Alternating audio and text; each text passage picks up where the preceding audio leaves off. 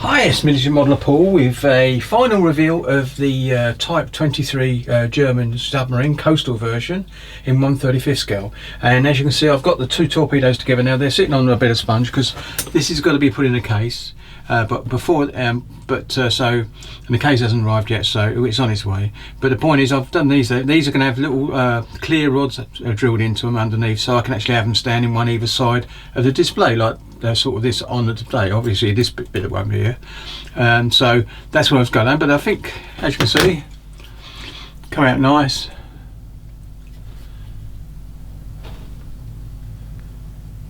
Really pleased with those. They come out really nice, and they're the same size as the miniatures U-boat I've got. So I'm going to put those over out of the way. Now I'm going to bring this in slowly. I've got my tracks over there now, the bit I'm doing now. And so what we're going to do is try and get a bit of light inside there and see if it works. But I don't think it's too, just enough light that it's more natural light. But you can see what there, all the details are there. I don't know if I can go a bit closer. Let's have a go.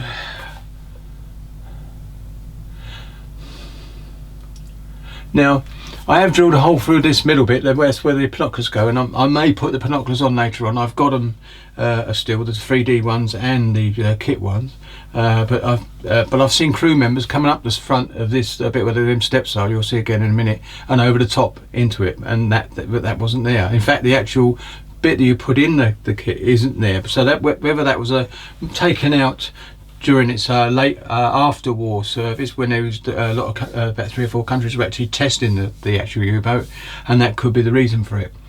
Now you've seen the life colours, you've seen all these before. Oops, not that, didn't I? This here is the bit that was the only bit that was missing when I put it on the floor. So I'll just come back now, and you'll see the other 3 down the front. And I used dining wool, and basically, that's it. Basically painted it matte black on all of it, because it looks more in the photographs it's all black anyway, because obviously they're not colour photographs.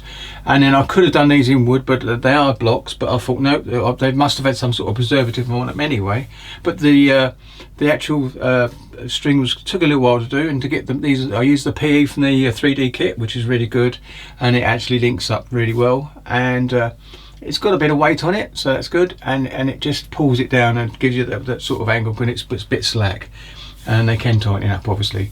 And you can see quite nicely in there. Now this is going to be weathered. Now I'm going to be using oils when I do that, because I want to actually lighten areas to give it a bit more of a, at the moment I still like the look of it now, but it's just got a one grey colour, isn't it? So basically I want to bring tonal variations into it, and along the side here all the way around and along. So on the now I'm really happy about the below the waterline, because it's given it it's going to get a little bit of weathering, but not much, because it's got that all tonal area where it was a mistake really the way I did it, and now I can remember doing that for next time. The life colours really did it well, and I did mix them.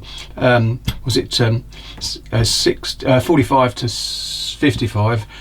55 was the paint. No, 55. Yeah, 55 was the paint, and the 45 was the actual thinners. I did use life colour thinners. No, I didn't. I used a Tamiya one, didn't I? A Tamiya thinners. Was it? Oh, it's up there now. It's out of sight. The XXIII, I think, was it? It was 20. Really funny when you eye these things up. Oh, we're up here. Yeah, I use this. This one here. That's what I used. Worked really well, even with life colours. So there you go. That's for all the mixing. And so if I bring back a bit, try and go back as far as I can. There you go. But like I said, it's going to be much better with all the actual pattern, all the oils all along the panels, giving them just a sort of a faded look in certain area, in the areas that they are. So that's it. And it's all coming with this because it's so long. I'm going to get the camera to a different angle in a minute. There you go. All the way down there. Two. I don't want to lose a balance of this little devil. There you go. From there, I think we just get it all in. The picture, yeah, there it is. So, and yours will fade it. So what I want to do now is I can tilt it actually. So if I tilt it slightly,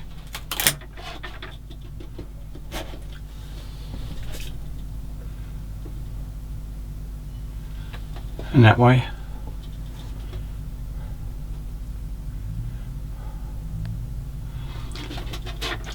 And you'll see the colours now. Whoops.